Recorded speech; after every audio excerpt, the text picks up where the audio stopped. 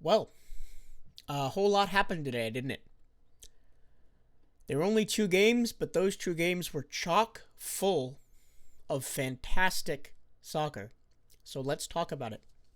And also, I have a new favorite game of the group stage from a purely neutral perspective, and it's this game right here: Australia 3, Brazil 2. The first game of the day. It was a must-win game for Australia after a shock defeat to Italy. Because two losses and you're pretty much out. Marta started for Brazil after sitting out against Jamaica. This will become important later for multiple reasons. And according to the FIFA rankings, it was the first top 10 matchup at this year's World Cup. Australia coming in ranked 6th, Brazil ranked 10th. Let's get into what I saw during this match. Formiga got a yellow card in the 13th minute, and she now misses out against Italy via yellow card accumulation. That could be huge, because Formiga basically runs that Brazilian midfield. Early in the game, Australia were on top of it. I mentioned in the preview yesterday that Australia would need to come out and attack early in this game. And they were. They fought for every inch of grass. Brazil had some good opportunities on the counter, but they turned the ball over in midfield far too often. They'd try to break out, and they'd turn the ball over around the center line, and then it would just come back for Australia. And then, 19 minutes in, things start getting interesting. Australian player goes down to the box, penalty not called. It goes to VAR review, and they give a free kick to Brazil. Not for the foul, for a handball earlier in the play that caused a turnover. So Brazil dodges a bullet there. And then 4 minutes later, Santos, on the counterattack, dragged down by Kellen Knight on the way through to goal. This goes to VAR and is confirmed to be a penalty, which I agree with. I think it was a penalty. Then Marta scores the penalty in the 26th minute. Her 16th World Cup goal ties Miroslav Klose for the most World Cup goals all time, men's or women's, and she is the first player to score in 5 women's World Cups. So, Marta, she's the GOAT. And I'm not just saying that because I'm wearing this hat. And then, so you think now it's really on the onus of Australia to get back up. And they did. They attacked again and again and again, but nothing happened. Brazil's defense, especially in the center of the field, looked really good. The center backs, fantastic. And then in the 38th minute, another counter-attacking goal for Brazil. Christiane gets her 4th goal of the tournament on the cross from Debinha.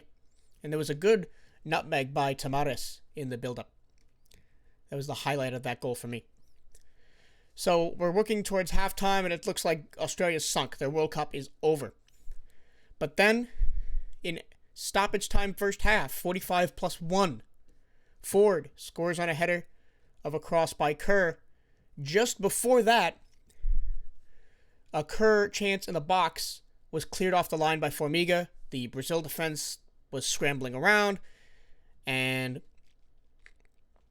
Ford scores on an open net. So, hope for halftime going in. Hope for Australia rather going into the half. And then comes the most interesting decision of the game for me. And it was a decision that lost Brazil the game, in my opinion. Both Formiga and Marta, the two senior players of the team, both off at halftime. Formiga was on a yellow, and Marta was coming off an injury. She didn't play in the first game against Jamaica, but she looked good. She looked really good. And I don't know why you would take them both off, A, at the same time, and B, at halftime when Australia has all the momentum. And it bit them. 57th minute, Australia tie it up on a Chloe Lizargo through ball, goes all the way through traffic and beats Barbara. It was not an intended shot, in my opinion. She was looking to set up Sam Kerr in the box. She didn't get a touch on it. Nobody did. It flew into the back of the net. It's 2-2. And then, less than 10 minutes later, an own goal by Monica gives Australia the lead. This goal is interesting because it was originally disallowed on the field because Kerr was offsides on the play. but the VAR overturned it, again, in my eyes, correctly, because she did not directly interact with Monica on the play. It was another sort of long through ball cross from the middle, and Monica went up to head it away. It glanced off her head, wrong-footed Barbara, the goalkeeper, and it's 3-2. And then the third mistake by the Brazilian coach, Christian, comes off in the 75th minute. And then Brazil started to get tired. The pace of the game in the last 15 minutes really slowed down, and Australia sees it out 3-2 despite 5 minutes of stoppage time, which in my opinion was a bit much. But Australia comes all the way back, grabs 3 points, and keeps their hopes alive. Next up, Australia plays Jamaica, and Brazil plays Italy. That Brazil-Italy game is going to be for first place in the group. That's a huge game, because Jamaica plays Italy tomorrow, and in my opinion, Italy's going to smash Jamaica. So that was now my favorite game of the tournament so far. And we go to the second game of the day, South Africa and China. Now, rarely in soccer does a team cruise to a win 1-0. 1-0 is rarely easy, but China made it look easy.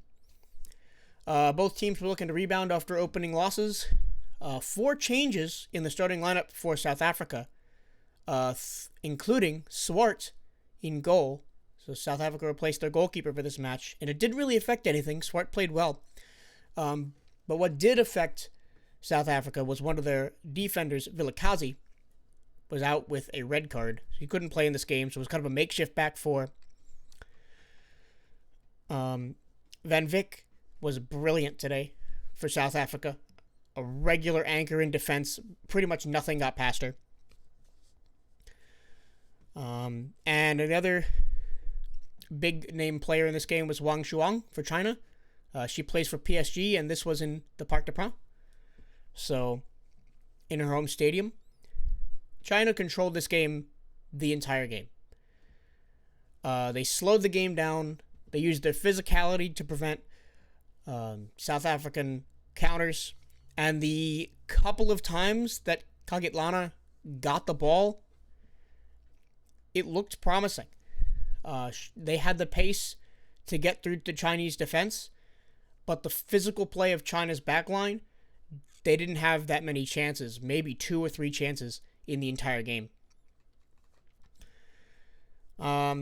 Big chance in the 32nd minute as Van Vick slipped to the box and Gu was wide open. Should have put this on net, but she just puts it 3 or 4 rows into the stands. And you think at that point, this might be headed towards 0-0. Then we get towards halftime, and in the 40th minute, China scores the only goal of the game. Li Yang redirects a cross home from the right-hand side. And something interesting to me is that most of China's play had come down the left-hand side before that. They switch it to the right, and a minute later, they score. 1 minute later, 41st minute, China hits the crossbar from a corner, and I thought it was in from the run of play and just watching it on TV, but they didn't give the goal, and we went back and looked at the goal line technology, and it was very close. About 1/4 of the ball didn't fully cross the line, but that's the right call. No goal. So China remains up 1-0. China won almost all of the headers in this game. It didn't matter where they were. Back line, in the box, in midfield. They just dominated in the air. The possession stats, actually, it's only 53% possession to 47% possession in favor of China. But that is a deceiving stat because most of South Africa's possession was in their own half. They went back and forth around their back line a lot. And in the end, pretty much all they could do was lob it forward toward Kitlana, and nothing happened. South Africa started the second half better.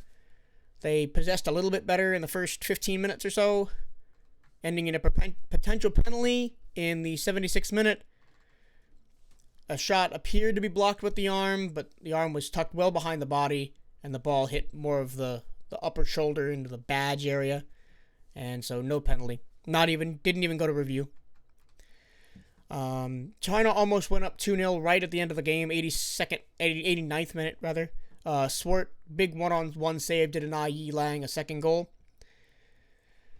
And that's it. China wins 1-0. They get 3 points. South Africa now 0 for 2, and they're basically out.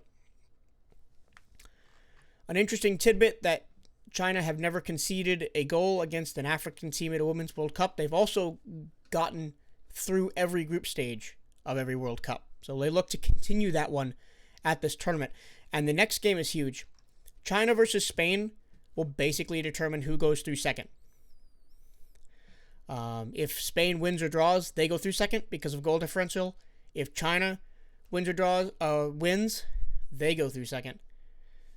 Because I don't think South Africa is getting past Germany, which is their next game. I don't think they get a point in the group stage. In other news around the World Cup today, France and Germany have officially qualified for the round of 16. Both have 6 points from 2 games. So they may finish first or second, but they are through. And that must be a big relief for the hosts, especially coming off of the win against Norway that was by that much. I have a video on the controversy surrounding that game. Go check it out. But yeah, that is my review of Day 7 at the Women's World Cup. Some great games, especially that first game. Australia coming back from 2 down to win 3-2, keep their hopes alive. Ecstatic for the Australians. So that's it. Let me know your thoughts on today's games in the comments below, and thank you so much for watching this video.